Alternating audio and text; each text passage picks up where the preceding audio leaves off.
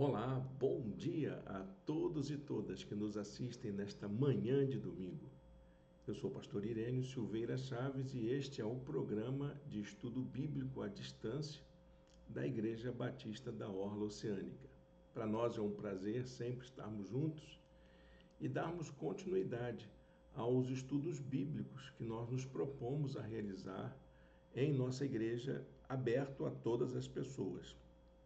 Esse é um programa gratuito, acessível a todos através de nosso canal e disponibilizado com material exclusivo de apostila, de apresentações e de videoaulas que ficam abertos a todas as pessoas. Você pode acessar a hora que quiser e compartilhar com quem você quer aprender junto a palavra de Deus. E nós estamos aqui para estudar o livro de Atos dos Apóstolos. É o livro que nós estamos estudando nesse período na nossa igreja. E estamos já na segunda aula. Convido você a acessar a apostila que está em nosso blog. Você pode ir ali, o endereço está aqui embaixo, nas descrições do vídeo, e baixar para o seu acompanhamento. Para nós também é motivo de muito orgulho nos identificarmos como uma plataforma de estudo bíblico das mais diversificadas da internet hoje. Depois de 4 anos de estudo, a página de estudos da nossa igreja é a que possui a maior quantidade de estudos gratuitos e acessíveis para todas as pessoas.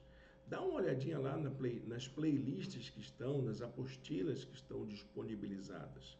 São estudos temáticos, estudos também baseados em livros da Bíblia, desde o Antigo Testamento até o Novo Testamento. Temos estudos de Gênesis a Apocalipse e você vai encontrar ali uma farta quantidade de material para o seu estudo bíblico. Bom, vamos ao nosso estudo de hoje. Nós estamos estudando o livro de Atos dos Apóstolos e eu convido você a nos acompanhar em mais esta aula. Não deixe de nos acompanhar. Eu queria pedir a você uma grande ajuda para o nosso ministério. Não se preocupe, não diz respeito a nenhum aspecto financeiro. É para você seguir o nosso canal, dar uma curtida, dar um joinha, né? E compartilhar esse link nas suas redes sociais. Com isso, você vai ajudar a nossa igreja a alcançar mais pessoas com o estudo da palavra de Deus. Já está aqui a nossa apresentação, o nosso PowerPoint, e você pode acompanhar agora os nossos textos a partir da proposta de leitura que faremos. A nossa aula de hoje é a segunda do estudo do livro de Atos dos Apóstolos. O título é Força para Caminhar, porque logo depois da ascensão de Jesus, aconteceram alguns fatos para que não só os discípulos se organizassem, mas que também o corpo de apóstolos pudessem encontrar meios, forças, recursos para poder seguir adiante e startar um grande movimento que foi o movimento cristão no começo da sua caminhada. Para nós aquecermos a nossa mente, para a gente poder entrar no clima de estudo da palavra de Deus, segue aí o texto de Atos 2, 1, 4, que será um dos nossos temas da nossa aula de hoje. Chegando o dia de Pentecoste, estavam todos reunidos num só lugar. De repente, veio do céu um som como de um vento muito forte e encheu toda a casa na qual estavam assentados. E viram o que pareciam línguas de fogo que se separaram e pousaram sobre cada um deles. Todos ficaram cheios do Espírito Santo e começaram a falar noutras línguas, conforme o Espírito os capacitava. Sim, é isso que você está pensando mesmo. Nós, da Igreja Batista, fazemos leituras do texto do evento de Pentecostes. Nós acreditamos nisso. Acreditamos que o evento de Pentecostes é um evento real. Ele serviu para abençoar o povo de Deus, para encher as pessoas de poder, de unção, para realizar o ministério que Jesus chamou a cada um para realizar. Não há nada aqui de prevalência de uma corrente doutrinária ou outra. Nós não estamos aqui para desqualificar uma interpretação tida como renovada ou pentecostal, mas também não estamos aqui para validar uma ideia tradicionalista de que os dons cessaram, de que essa experiência ela não tem valor para a igreja de hoje. Nós vamos estudar sobre isso, mas é preciso entender o evento de Pentecostes como algo importante para o conjunto da igreja de Cristo. E nós, como povo de Deus, nos dias de hoje, somos o reflexo da importância desse evento para a vida da igreja. Então, vamos juntos estudar a palavra de Deus e não esquecermos que o evento de Pentecostes é um marco significativo para nos lembrar a necessidade de termos uma vida cheia do Espírito Santo, para nos lembrar que nossa missão cristã, ela se realiza na presença e na força do Espírito Santo. Sem isso, nós não seremos povo de Deus, nós não seremos igreja de Jesus e nem seremos seguidores de Cristo. Isso é muito importante. Uma vida sem o Espírito Santo é uma vida sem significado, vazia. E esse ensino é algo muito importante para o nosso crescimento pessoal. O nosso estudo de hoje vai estar baseado em Atos 1, de 9 até 2:47. Então é um texto longo e por isso que eu chamo vocês a refletirmos juntos sobre a importância de entendermos cada episódio dentro do seu contexto histórico, dentro da sua análise e pararmos para pensar sobre as consequências disso para a vida cristã de hoje. Bom, a primeira coisa que salta aos olhos quando lemos esse trecho é que esses relatos todos sucederam à ressurreição e à ascensão de Jesus. Tudo isso aconteceu exatamente naquele momento em que Jesus dá um treinamento especial, como vimos na aula passada, um adestramento ao grupo dos 11 e aponta para esses preparativos para que o corpo de apóstolos, o corpo apostólico, exercesse o seu ministério. E é muito importante que a gente entenda isso. O corpo ministerial, o corpo apostólico, o grupo dos discípulos de Jesus, que foram escolhidos como apóstolos, eles exerceram uma continuidade do ministério de Jesus. Eu acho interessante a gente pensar num conceito que a igreja, que a teologia católica utiliza, que é o conceito da sucessão apostólica. O que é a sucessão apostólica? É, na verdade, a continuidade do ministério de Jesus na vida daqueles que exercem funções apostólicas na vida da igreja. Quem é que exerce funções apostólicas? Bom, os relatos estão dizendo para nós que é todo o povo de Deus. O povo de Deus é aquele povo, aquela comunidade que foi chamada para servir como enviados de Deus no mundo, que esse é o sentido do apostolado. É claro que tinha uma liderança, e a liderança era dos 11, os que receberam esse adestramento especial. E eles então trabalham para que esse preparo, esse treinamento que receberam, possa ser acessível para todas as pessoas. E Lucas então vai registrar um conjunto de acontecimentos que realçam a importância dessa condição de povo de Deus, exercendo o seu trabalho de testemunhas. A palavra testemunha, ela se destaca aqui neste momento, porque Jesus havia dito lá no finalzinho do livro de Lucas, do Evangelho de Lucas, e também no comecinho do livro de Atos, Atos 1:8, que o trabalho de testemunha é o trabalho essencial do apostolado. Para que nós trabalhamos? Para sermos testemunhas. Todos nós somos testemunhas.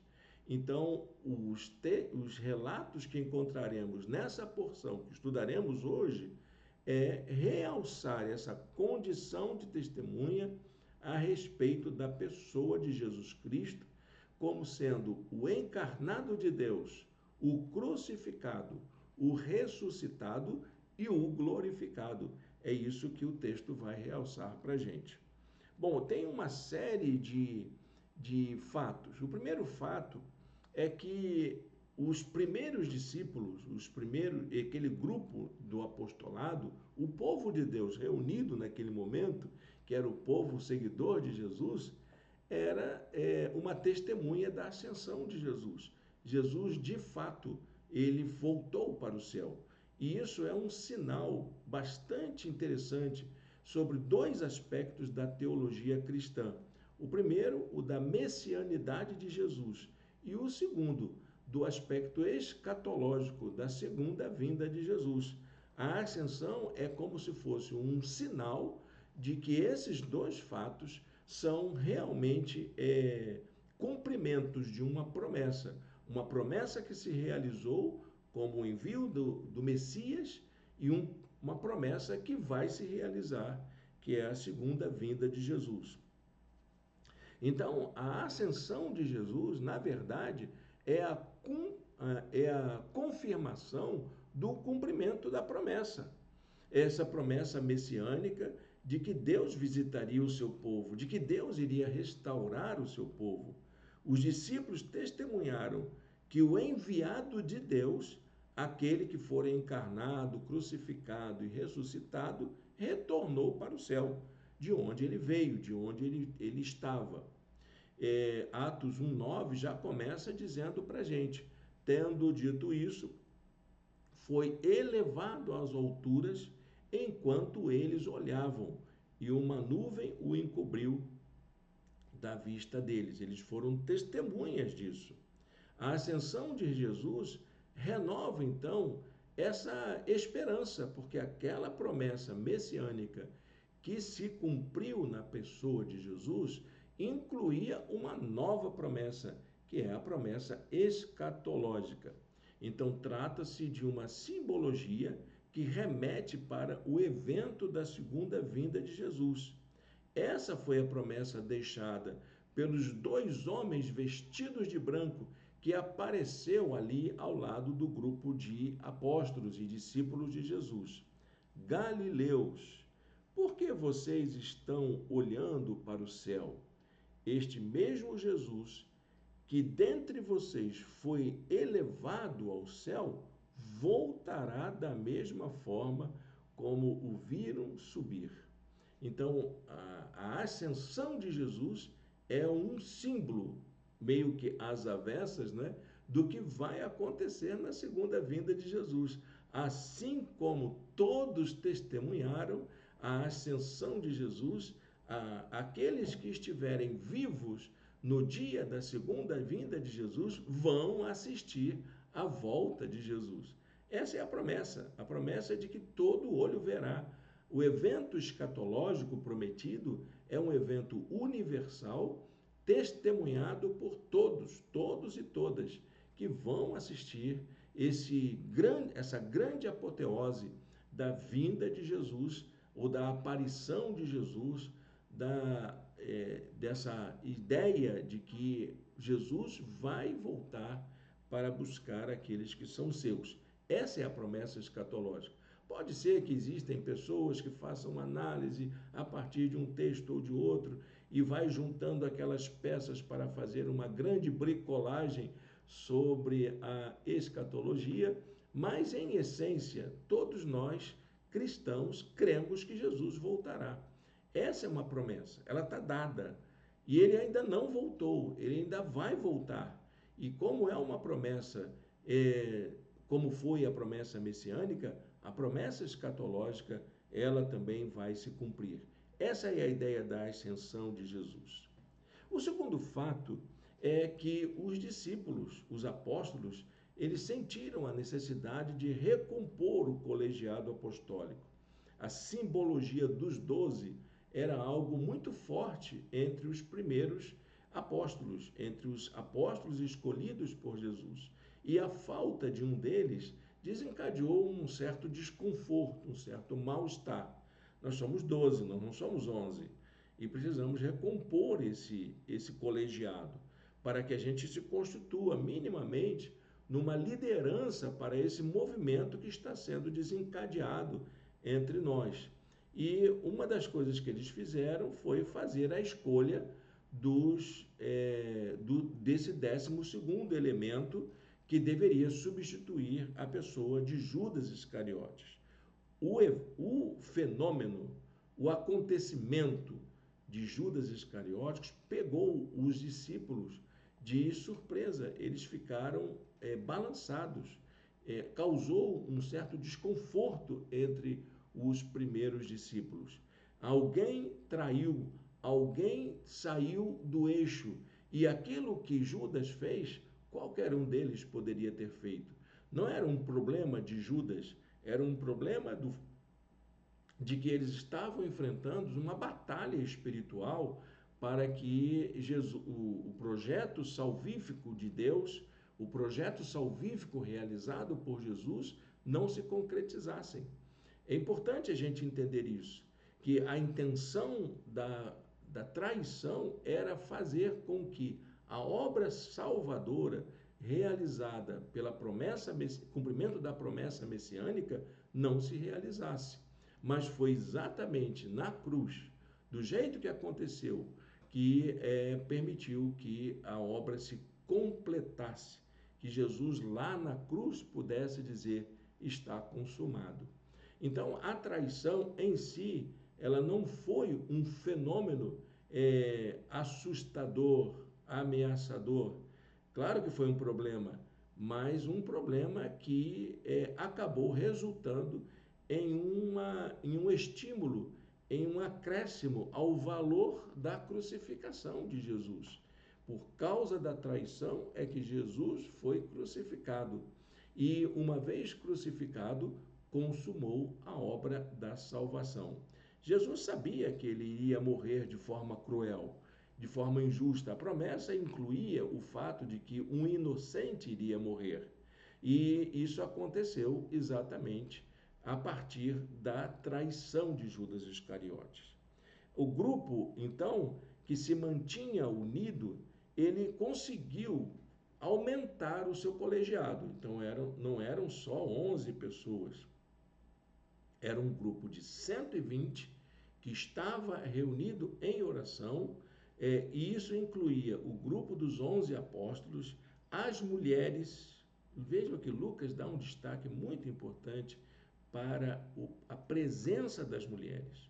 A igreja de Jesus é formada por mulheres. E se nós olharmos a organização social das igrejas, a maior parte da membresia de uma igreja é de mulheres. As mulheres exercem uma importância muito grande na vida da igreja. E Lucas destaca esse aspecto. No grupo dos 120 que estavam reunidos em oração, numa pequena sala alugada, onde os discípulos se reuniam para poder se manterem unidos, havia então a presença significativa das mulheres. E Lucas faz um destaque mais importante também. Ele diz que os familiares de Jesus, aqueles irmãos e irmãs de Jesus, a mãe de Jesus, estavam ali para dar apoio à igreja. Eles seguiram o movimento de Jesus. A presença dos familiares de Jesus era algo significativo para o grupo dos primeiros cristãos. Então, como Lucas fez lá no Evangelho, ele dá destaque especial a isso. E isso, para a história da igreja, é muito importante. Há muitas pessoas que interpretam equivocadamente o ministério apostólico como um ministério masculino, mas a Bíblia diz que não é assim. A Bíblia, então, ela também tem uma marca, que é a marca cultural. Era uma igreja inclusiva, a igreja de Jesus era uma igreja inclusiva numa sociedade patriarcal.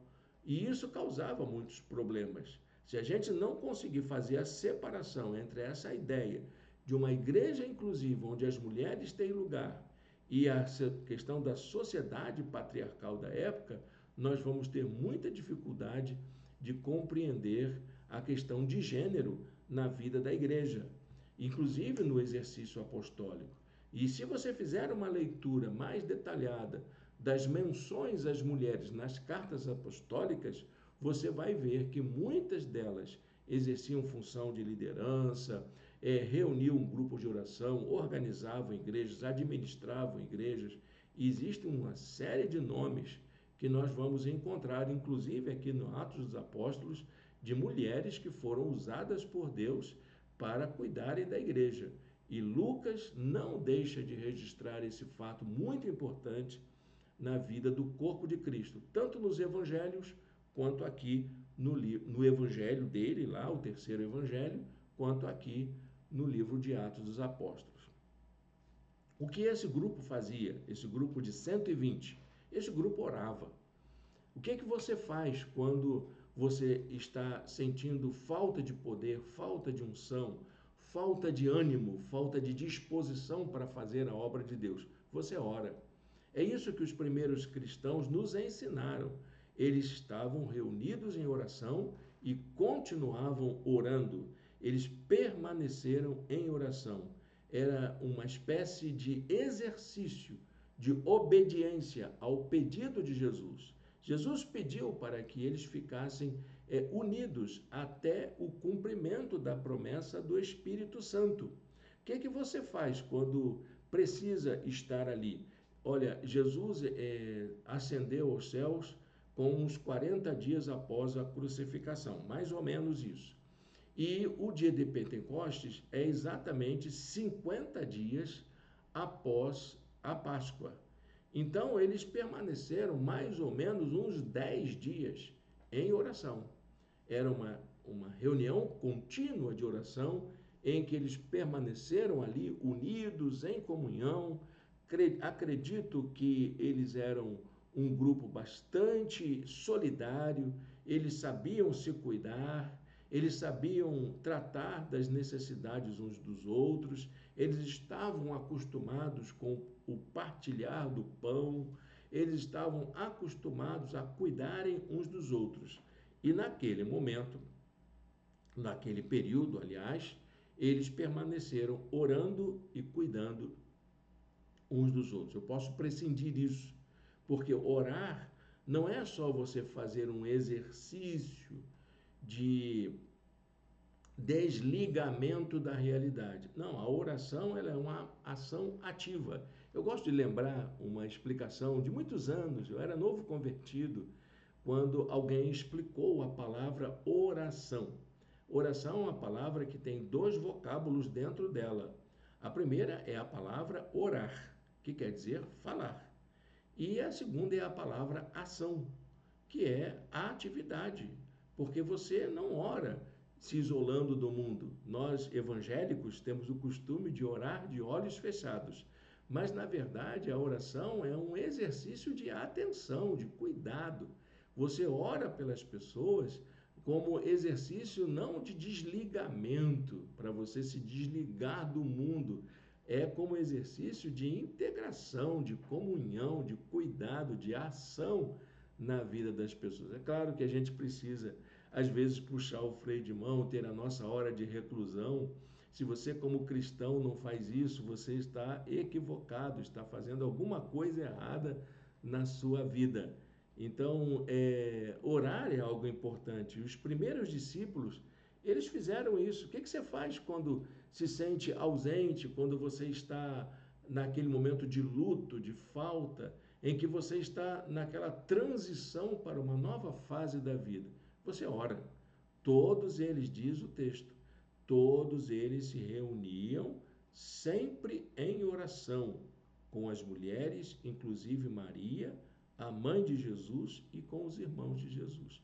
Olha, gente, as mulheres promovendo grupo de oração. Quem não sabe dessas histórias maravilhosas dos grupos de oração das mulheres na igreja? Meu Deus do céu, quanta bênção as igrejas têm experimentado pelos grupos de oração liderados por mulheres. Era isso que eles faziam. Eram as mulheres que encabeçavam o grupo de oração da igreja naquele período entre a ascensão de Jesus e a vinda do Espírito Santo, o cumprimento da promessa da unção de poder para realizar o trabalho. Havia então uma preocupação enquanto isso, né, o corpo apostólico, o corpo dos 11, com a composição. Enquanto a igreja orava, despertou-se um problema. Temos um problema para ser resolvido.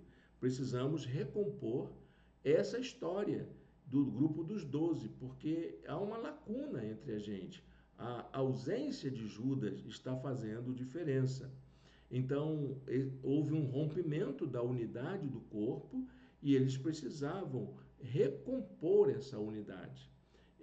Havia, então, uma notícia que chocou a todos, que Judas havia comprado um terreno com o dinheiro da traição, as 30 moedas de prata que ele recebeu por causa da traição.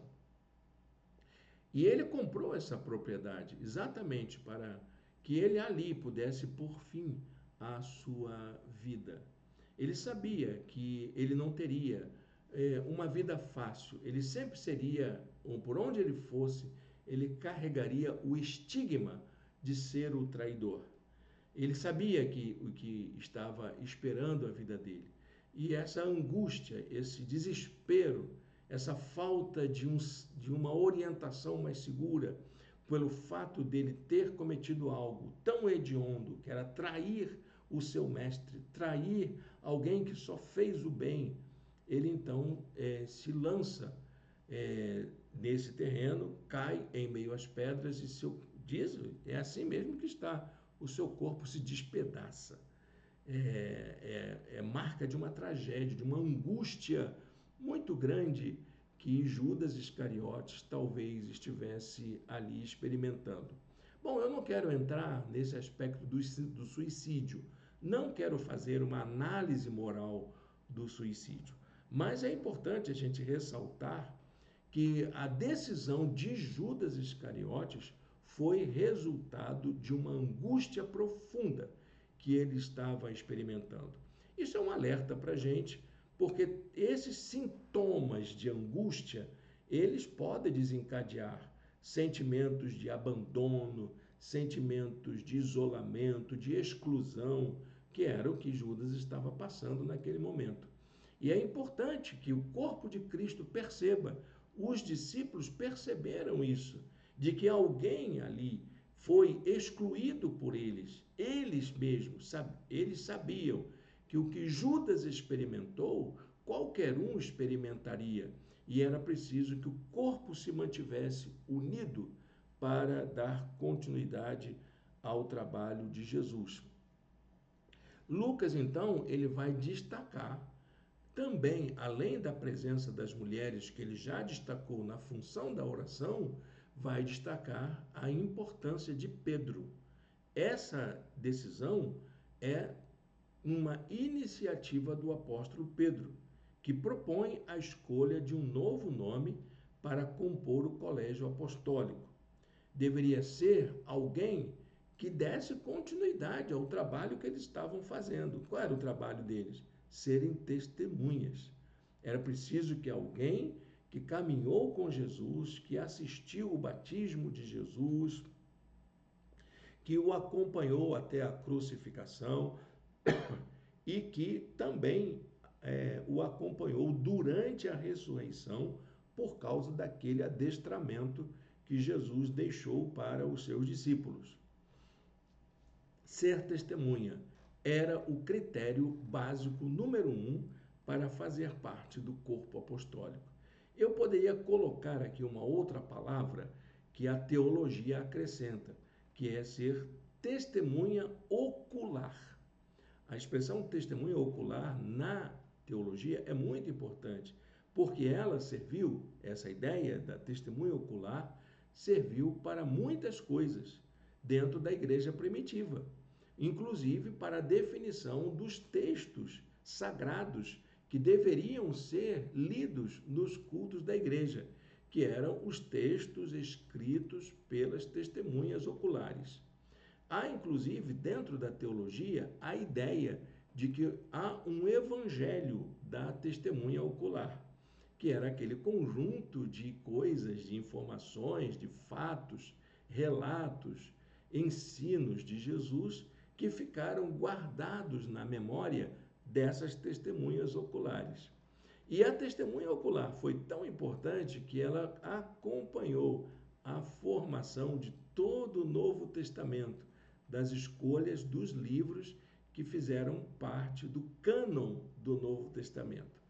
Olha, a teologia tem umas coisas muito legais e que a gente valeria a pena falar, mas não vou usar esse tempo para isso. Mas é bom a gente saber que o critério da escolha do 12º apóstolo foi definido pela necessidade de uma testemunha, de alguém que fosse testemunha ocular. O nome escolhido foi o de Matias. Quem era Matias? Não tem nenhuma informação sobre ele. O que mais ele fez? Não se sabe.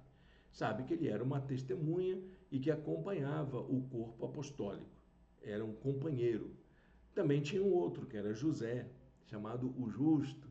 Talvez ele fosse o mais escolhido, mas houve um critério para essa escolha, que era o critério de lançar sorte.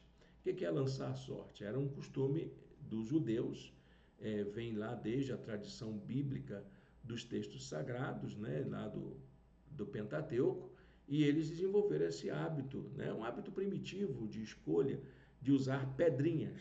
Então, tem 2 pedrinhas, nós vamos lançar aqui a sorte. Sorte mesmo, era a ideia de fazer uma escolha aleatória desse nome. Não foi uma eleição propriamente, como é na democracia. Não, foi uma escolha de acordo com o critério judaico, e que isso acompanhou, inclusive, a vida da igreja por algum tempo. Nós vamos ver isso na escolha, por exemplo, dos diáconos. Nós vamos ver isso também nas decisões sobre quem vai para a obra missionária. Então, essa ideia de lançar a sorte usando as pedrinhas, né, para escolher o nome. E o nome escolhido foi o de Matias. O importante é entender que essa ação, seja lá qual fosse o critério utilizado para a escolha, vamos fazer escrutínio secreto, escolher, escrevendo no nome, no papelzinho, quem é que eu quero para ser o 12º apóstolo. Qualquer que fosse o critério, havia um outro fator que orientou a prática dos discípulos, que é a dependência da orientação de Deus.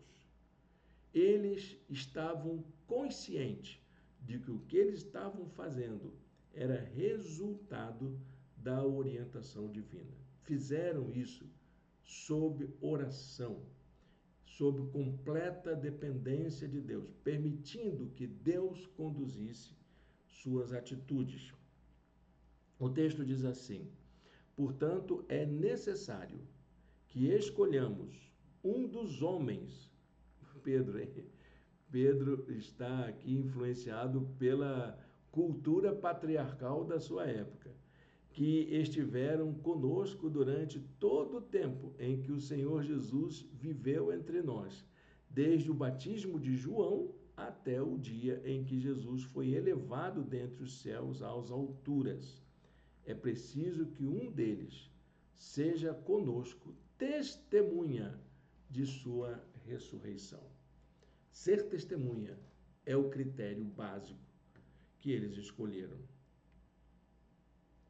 Um terceiro fato é a unção necessária para dar continuidade a esse trabalho. O grupo estava reunido em oração, o grupo estava unido, o povo de Deus estava unido em torno do propósito de fazer a obra de Deus acontecer no mundo. E enquanto eles estavam reunidos, acontece o fenômeno do dia de Pentecoste. Esse fato, ele precisa ser compreendido à luz do contexto da vida comunitária desse primeiro grupo, como expressão do povo de Deus. Ali estava reunido todo o conjunto de pessoas que assumiram um compromisso de ser a Igreja de Jesus, de ser a comunidade daqueles que assumiram a decisão de seguir os ensinos de Jesus e de viverem a fé em Jesus de forma prática no mundo. Era esse grupo, eles estavam todos unidos no mesmo propósito. A manifestação do Espírito Santo, então, não é algo que acontece assim, num dado momento, de forma estática, que a pessoa está ali parada e ela então sente algo. Não, ela tira as pessoas da zona de conforto dela, daquele momento de contemplação, de oração, e move essas pessoas a agirem. A manifestação do Espírito Santo, então, ela é dinâmica e estimula aqueles que pertencem ao corpo de Cristo a se levantarem e seguirem adiante. Isso é unção espiritual. É quando você deixa aquilo que você está agindo como contemplação e passa à ação. Então, a presença do Espírito Santo, ela é dinâmica. Ela tem essa ideia do dínamos, que em grego é poder, e que vai dar a palavra dinamite. Dinamite é o quê? Aquilo que explode, então, que provoca uma reação em cadeia, levando aquela energia para fora, de dentro para fora. Essa é a ação do Espírito Santo. Ela nos move de dentro para fora, não só na nossa vida pessoal, mas também na comunidade de fé, que desperta as pessoas a saírem dessa clausura, desse grupo reservado, para serem a comunidade daqueles que agem no mundo. O Pentecoste, então, o que é? É a imersão do Espírito Santo na vida comunitária. É quando o Espírito Santo entra na realidade da comunidade do povo de Deus. Não é que ele estava ausente, mas é que aquele corpo inicial, aquele corpo inaugural, eles precisavam de um fator a mais, além da obediência ao mandado de Jesus para que permanecessem unidos, além da dependência de Deus em oração, eles precisavam de algo a mais. O Pentecoste, então, é esse algo a mais na vida comunitária, restaurando aquela alegria que foi perdida com a crucificação e a ausência de Jesus. Desde a crucificação, é uma sucessão de eventos que deve ter deixado os seguidores de Jesus atônitos, atordoados, bastante perplexos. Eles continuavam assim. E isso, então, precisava ser restaurado, que é essa alegria de estar junto, a alegria de fazer a obra de Deus, de pertencer a Jesus, de ter aquele entusiasmo de ser parte de um projeto maior, que é o projeto da redenção. Então, não só isso, mas também ele é cumprimento de uma promessa, a promessa da presença viva e constante de Deus entre os homens. Jesus disse isso, você vai encontrar em Mateus capítulo 28, eis que estou convosco todos os dias, e vai encontrar isso também em Lucas e em João, quando João diz que ele iria enviar o Consolador, que seria a presença dele na vida do corpo de Cristo. E Lucas dizendo também que essa presença seria para conferir poder, unção, capacidade para poder realizar a obra de Deus. Então vocês saberão, está lá, é um cumprimento de uma promessa. Essa promessa não é só dos evangelhos, ela também está na profecia. Então vocês saberão que eu estou no meio de Israel. Eu sou o Senhor, o seu Deus, e não há nenhum outro. Nunca mais o meu povo será humilhado. E depois disso, derramarei do meu espírito sobre todos os povos. Os seus filhos e as suas filhas profetizarão, os velhos terão sonhos, os jovens terão visões. O evento de Pentecostes é cumprimento dessa promessa, além de realizar aquilo que Jesus prometeu aos seus discípulos. Então, o fenômeno de Atos 2, ele tem um aspecto que é inaugural. O Pentecostes, ele starta um processo de trabalho da igreja, de configuração do povo de Deus. É isso que o evento de Pentecostes lembra. Ele é um marco histórico do que aconteceu a partir da morte, ressurreição e ascensão de Jesus. Eu li uma vez um comentário de um estudioso desse fenômeno, dizendo que cada pessoa da Trindade teve um ato inaugural da sua presença.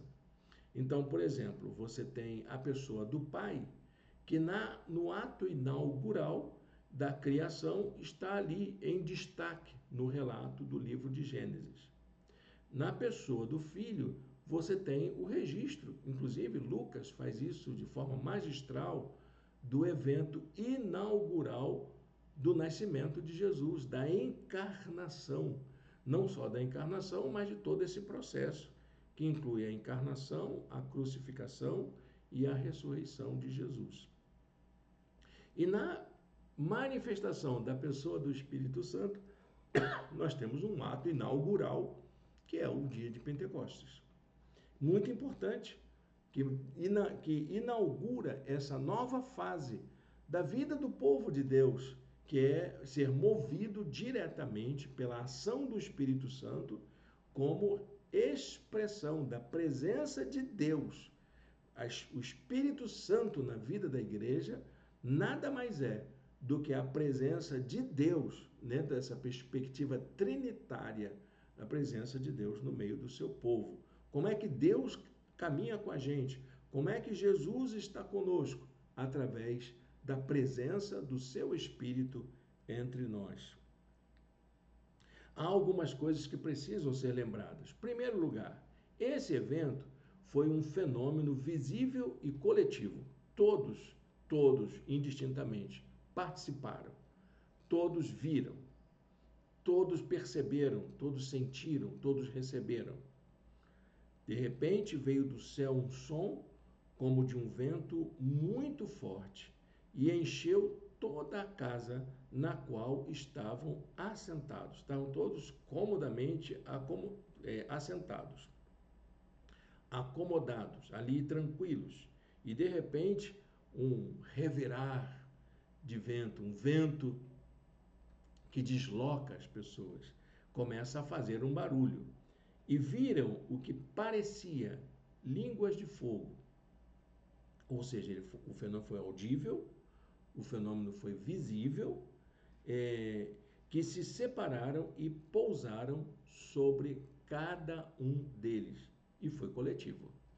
Então, o fenômeno foi inaugural no sentido de que deixou marcas profundas na vida daqueles 120. Dos 120, todos eles receberam da mesma unção, tiveram a mesma percepção e foram capacitados pelo Espírito Santo. Era também uma experiência individual, cada um recebeu do seu modo. Era parecido com língua de fogo, mas caiu sobre a cabeça de cada um e cada um reagiu de um modo distinto. Todos ficaram cheios do Espírito Santo e começaram a falar noutras línguas, conforme o Espírito capacitava. Cada um falou numa língua distinta, numa língua diferente, conforme o Espírito Santo capacitou a cada um. Era um evento coletivo, mas também tinha o seu aspecto subjetivo, que era cada um reagir conforme o Espírito Santo o capacitava. Era um evento voltado para os de fora. Ouvindo este som, ajuntou-se, imagina, que tumulto que dava dentro da casa, era um sobradinho, né? Aquela muvuca, aquele negócio barulhento, aquele som do vento impetuoso e muita gente falando ao mesmo tempo. Eles ficaram curiosos, a multidão do lado de fora ficou curiosa. Ajuntou-se uma multidão que ficou perplexa, pois cada um os ouvia falar em sua própria língua. E era um fato que promovia a glorificação de Deus. Não era para exaltação da liderança, não era para capacitar ninguém, para assumir cargo, era para glorificar a Deus. Cada um que falava da mensagem do amor de Deus, numa língua que ele não dominava, era exatamente para mostrar como Deus faz maravilhas. Nós os ouvimos declarar as maravilhas de Deus em nossa própria língua. Nesse evento, uma coisa que chama a atenção é o fato de que eles falavam outras línguas. Essa palavra, ela repete muitas vezes no relato. E isso traz uma interpretação que é conhecida como glossolalia. Como que a gente analisa esse texto? Esse texto, como ser um texto inaugural, é preciso a gente entender o fenômeno do dom de línguas. Então, a glossolalia é um aspecto que se destaca na narrativa. Os cristãos reunidos falavam em linguagens diferentes do idioma que possuíam, com a finalidade de comunicar uma mensagem para os estrangeiros que visitavam Jerusalém naquela ocasião. Então, o fenômeno das outras línguas, ou a glossolalia, dentre os participantes daquele evento de Pentecostes, é uma coisa. O que vai acontecer depois na igreja é outra coisa. Então, dizer que o que aconteceu no Pentecostes é a mesma coisa que acontece nas experiências subjetivas de cada cristão na sua vida particular é um erro de interpretação, um problema de hermenêutica. É algo que a gente precisa corrigir, porque uma coisa é o que o Espírito Santo fez naquele momento, que era capacitar pessoas a falar a mensagem numa língua que eles não dominavam. Ah, mas aí não tem dom de línguas? Tem sim, a gente vai encontrar isso no Novo Testamento em várias partes. Eu elaborei um estudo sobre o dom de línguas, sobre dons espirituais de modo geral, e tem uma análise do dom de línguas. Você pode achar, tem um e-book que está na Amazon, chamado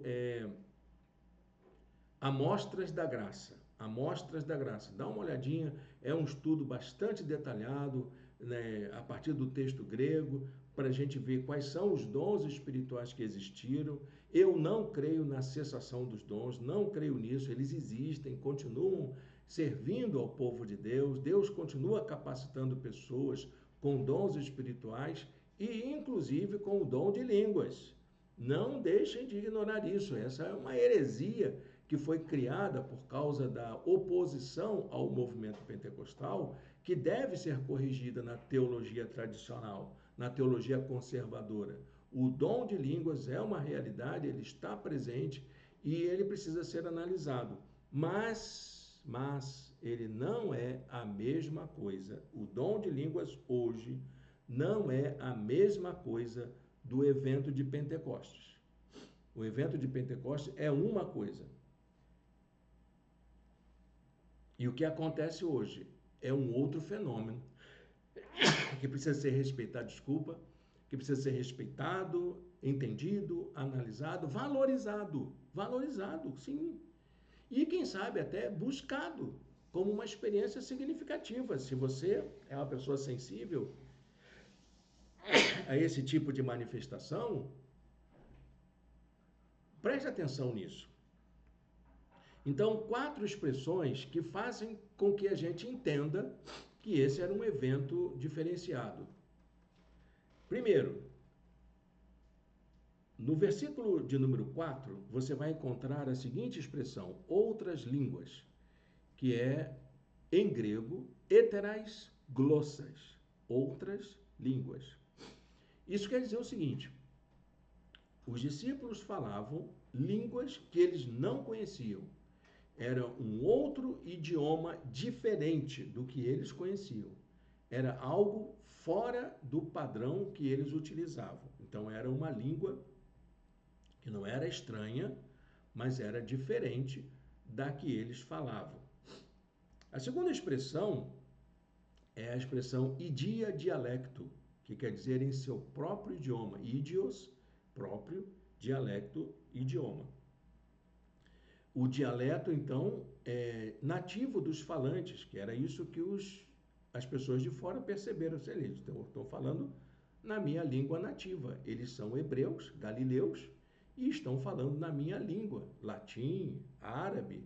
Estão falando na minha língua. Que língua é essa que eles estão falando? Eles são poliglotas? Eles são estudiosos da língua? Como é que eles conseguem? Eles são pobres, são pessoas humildes, pessoas simples. Como é que eles falam numa língua que eu nasci, aprendi desde que nasci? A terceira expressão é idia, dialecto, emon e egemetemen, o próprio idioma de nascimento de cada um, que é a língua materna dos falantes. E, por fim, a palavra heterais glossais, que é nossa língua, a língua dos falantes. Como se vê, não estamos falando de línguas estranhas, mas línguas que eram conhecidas de alguém. Alguém dominava aquele idioma. Então, a experiência de glossolalia do evento do Pentecostes não se tratava de línguas estranhas, propriamente dito, mas de expressões linguísticas desconhecidas dos falantes que eram correspondentes aos idiomas, dialetos e variantes dos ouvintes. O quarto fato era a essência da proclamação, que ficou ali destacada. O apóstolo Pedro, mais uma vez, exerce liderança e toma a iniciativa de explicar para a multidão o que estava acontecendo.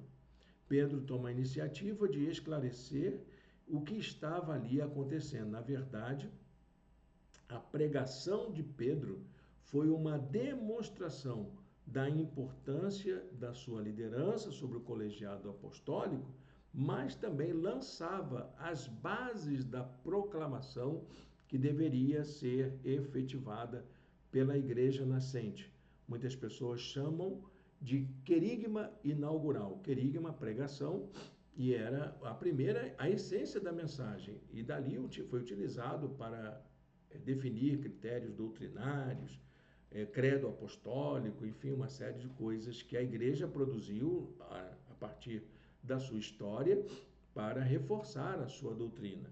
E a primeira mensagem de Pedro após Pentecostes foi exatamente o paradigma utilizado para isso. O propósito da proclamação era o de anunciar a salvação realizada na pessoa de Jesus. Então, Pedro diz, todo aquele que invocar o nome do Senhor será salvo. Essa é a base da mensagem salvadora da igreja. Invocar o nome do Senhor para encontrar salvação. Então, a essência da mensagem dos primeiros cristãos conseguiu dos seguintes aspectos. Jesus de Nazaré é o encarnado prometido. Jesus de Nazaré foi crucificado. Jesus de Nazaré ressuscitou. Jesus de Nazaré foi exaltado. Então, o fenômeno de Pentecostes era a prova de que Jesus era o cumprimento da promessa messiânica e que o tempo da ação do Espírito Santo havia sido inaugurado. Dali por diante, os cristãos deveriam anunciar a salvação e deveriam também ser movidos pela ação do Espírito Santo em suas próprias vidas. Portanto, que todo Israel, diz Pedro, né? Que todo Israel fique certo disso. Este Jesus, a quem vocês crucificaram, Deus o fez Senhor e Cristo. Deus o fez Senhor e Cristo. É a base, então, da cristologia da igreja. É isso que vai, então, a partir de agora, valer como doutrina. O fato de que temos um Senhor Redentor, que é Senhor e Cristo, o Messias prometido. A grande questão levantada pela multidão era sobre o que é que eles deveriam fazer. E agora, o que é que a gente faz? Já que a gente sabe disso, né? Essa é a pergunta que está registrada no versículo 37.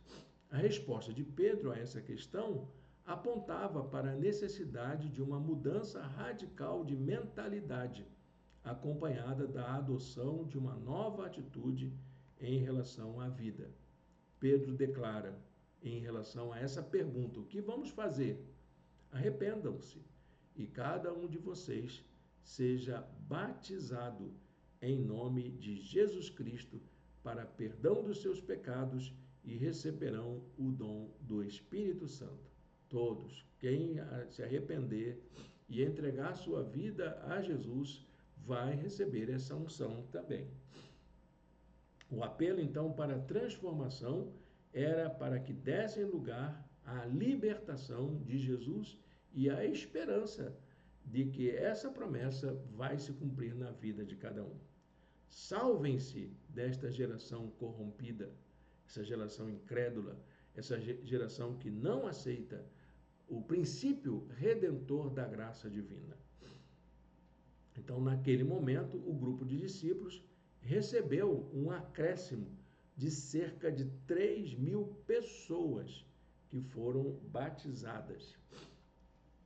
E, por fim, o último fato que chama a atenção nessa narrativa é a vida comunitária que resulta dessa descoberta da graça e da presença do Espírito Santo, como resultado dessa presença do Espírito Santo.